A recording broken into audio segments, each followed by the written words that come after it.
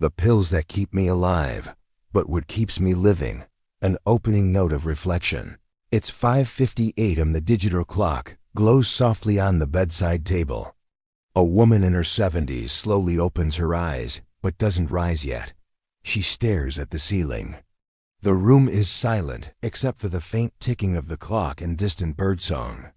She sits up, reaches for a glass of water and a small pillbox labeled by days of the week. Her fingers linger on Thursday. She hesitates, trying to remember if she took her medication last night. She swallows a pill, then sits quietly, hands resting on her lap, not reaching for her phone, not speaking aloud, just sitting with herself. Inner voice, soft and reflective. Every day begins with a pill, not a prayer. But maybe today, I want to change that order.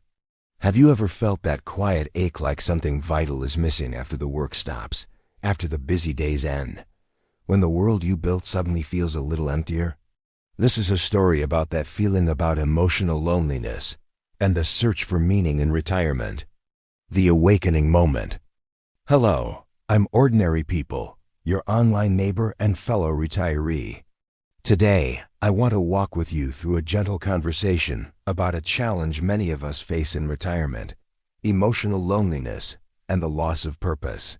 Retirement is often painted as a golden time: freedom, relaxation, endless possibilities. But for many, it can bring unexpected feelings of isolation and uncertainty about what comes next. In the next 10 minutes, we'll explore what science tells us about these feelings, and more importantly, practical ways to find connection, purpose, and hope again. We'll hear from experts like Dr. Robert J. Waldinger, Dr. Lavra Karstensen, and others who have studied aging, meaning, and well-being. This is not just about surviving retirement. It's about thriving in it, finding joy, meaning, and belonging in this new chapter. The awakening of curiosity. Let's begin with a key insight from Dr. Robert J. Waldinger, director of the Harvard Study of Adult Development, one of the longest studies on happiness and well-being. His research shows that the quality of our relationships is the strongest predictor of health and happiness, especially as we age. It's not about how many friends you have, but how close and meaningful those connections are. Dr. Waldinger says, good relationships don't just protect our bodies, they protect our brains. But retirement often disrupts these connections. Workplaces and daily routines that once gave us social interaction and purpose suddenly vanish. This can lead to emotional loneliness, a deep sense of disconnection even when surrounded by people. Dr. Lavra Karstensen, a pioneer in the science of aging, adds that as we grow older, we naturally prioritize emotional meaning over quantity in relationships. She calls this the socio-emotional selectivity theory. In retirement, this means focusing on relationships and activities that bring genuine joy and fulfillment. But what if those are missing? What if the loss of work also means losing a sense of identity and purpose? Dr. Ken Deichtwald, a renowned gerontologist, describes retirement as a bonus time, but also warns about the risk of purpose vacuum if we don't actively create new roles and meaning. So, what can we do to fill that vacuum? How can we rebuild connection and purpose that nourish our hearts and minds? Insight 1. Rebuilding social connections. The first step is rebuilding social connections intentionally and meaningfully. Dr. Waldinger emphasizes that it's never too late to strengthen relationships or build new ones. The key is quality over quantity. Practical strategies include reaching out to old friends or family members with honest conversations about how you're feeling. Vulnerability often deepens bonds. Joining clubs or groups that align with your interests: book clubs, gardening groups, volunteering opportunities. These create natural spaces for connection. Using technology to stay connected if mobility or distance is a challenge: video calls, social media groups, or online classes. Dr. Mo Wang's research highlights that active engagement in social activities boosts psychological well-being and gives a sense of control over one's life. Even small steps, like a weekly phone call or a walk with a neighbor, can make a big difference. Remember, connection is not just about talking, it's about being seen, heard, and valued. Insight 2. Cultivating new purpose. Next, let's talk about cultivating new purpose. Retirement often means leaving behind a career that once defined us. Dr. Nancy Schlossberg, an expert on adult transitions, explains that finding new roles is essential to adapting well. Purpose can come in many forms. Mentoring younger generations, sharing your wisdom and experience. Pursuing hobbies or learning new skills that bring joy and a sense of achievement. Volunteering for causes that resonate with your values. Dr. Richard Leider, author of The Power of Purpose, reminds us that purpose is not something we find outside. It's something we build from within by asking, what do I want to contribute? Purpose fuels motivation and resilience. It helps us wake up each day with intention. Start small. Maybe write down what activities once brought you joy or what you always wanted to try. Then take one step toward that. Insight 3. Embracing emotional awareness. The third solution is embracing emotional awareness, learning to sit with your feelings without judgment. Retirement can bring grief for what's lost, roles, routines, sometimes even health. It's natural to feel sadness, anxiety, or loneliness. Dr. Becca Livy's research shows that how we perceive aging affects our mental health. Viewing this phase with acceptance and compassion can improve outcomes. Practical steps. Practice mindfulness or meditation to observe emotions without being overwhelmed. Keep a journal to express thoughts and feelings honestly. Seek counseling or support groups if feelings become too heavy to carry alone. Dr. Carstensen's work suggests that emotional regulation improves with age, meaning retirees can become better at managing their inner world.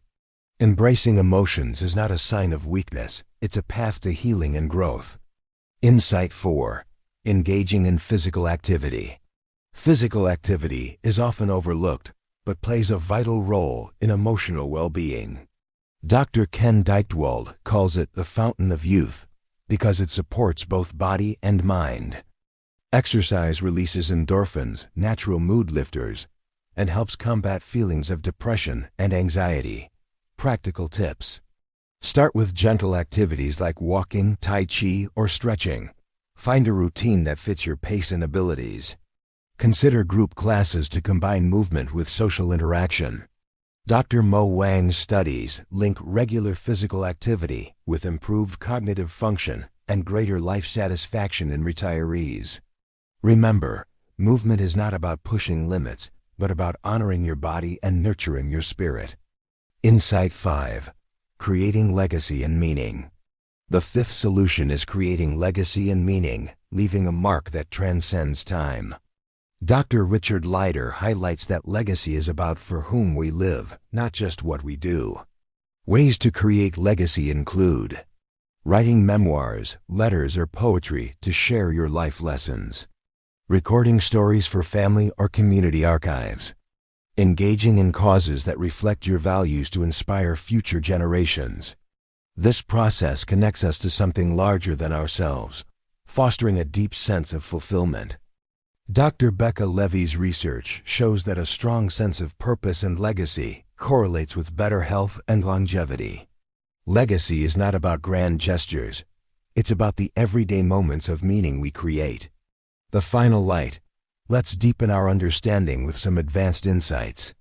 Dr. Mo Wang's recent research explores psychological resilience in older adults, the ability to bounce back from stress and adversity. Resilience is not fixed. It can be cultivated through positive relationships, purposeful activity, and emotional regulation. Dr. Nancy Schlossberg's transition theory explains that how we cope with retirement depends on our situation, self-support, and strategies. The good news? We can influence all these factors. Dr. Waldinger's study also reveals that people who maintain a sense of curiosity and openness to new experiences tend to age with more joy and vitality.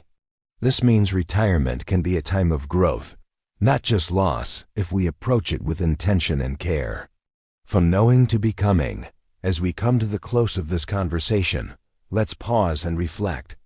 Emotional loneliness and loss of purpose are real challenges in retirement, but they are not the end of the story. With connection, purpose, emotional awareness, physical activity, and legacy, we can build a rich, meaningful life in this new chapter. Dr. Lovra Carstensen reminds us that the later years are a time to focus on what truly matters, so take a moment now. What small step could you take today to nurture your heart and soul? Remember, you are not alone. This journey is shared by many, and there is hope and light ahead.